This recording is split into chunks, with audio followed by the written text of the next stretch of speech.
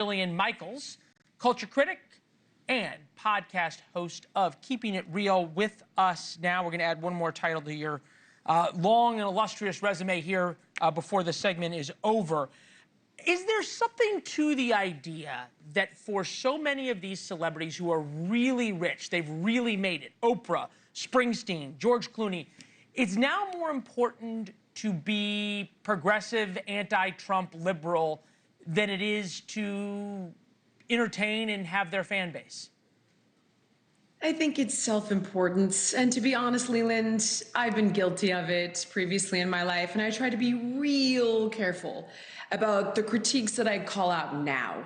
I think it's important as a public figure that you let people know who you are where appropriate, but if you're going to, let them know what to think about, not what to think. I think that's the first thing. What I found so offensive about it is the selective outrage. It just shows ignorance. And that, I think, is embarrassing for him, personally.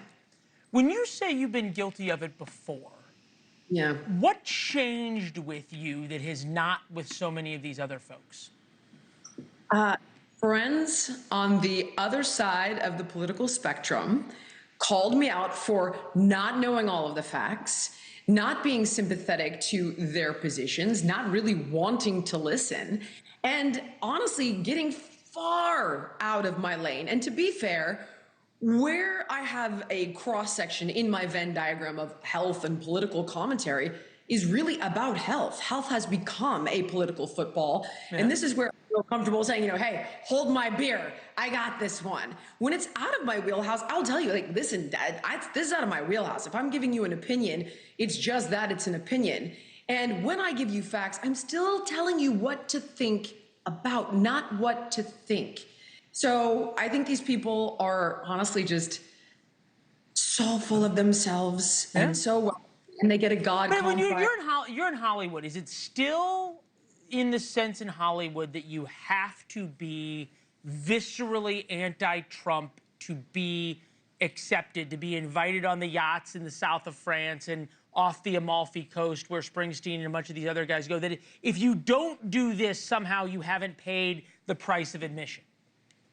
I think part of it is virtue signaling at a safe distance, right? Like, look at me, I'm such a good person. It's like, okay, well, do you want Kilmar Abrego Garcia as your next door neighbor? I'm just curious, since you're all for his due process. And by the way, why weren't you outraged when Clinton deported 11 million more people than Trump? And I'm confident they didn't all get the due process. And it's not to say that we shouldn't want due process. My point is, it's a virtue signal, it's selective outrage, and without question, cancel culture comes from the left. Whereas the right has been very intelligent in expanding their party, letting in dissenters, RFK, Tulsi Gabbard, people like myself, Elon Musk. Whereas the left is like, oh, you're not pure enough, you're purged. This is Springsteen talking about Donald Trump, saying he was unfit. Take a listen. Okay. A majority of our elected representatives have failed to protect the American people from the abuses of an unfit president and a rogue government. I asked in the break if he was talking about Joe Biden and the Democrats, but I digress.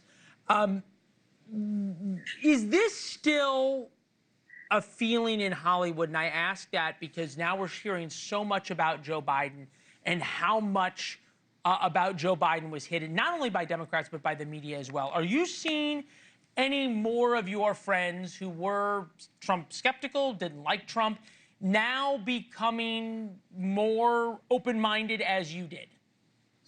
Without question, but not in a forward-facing way.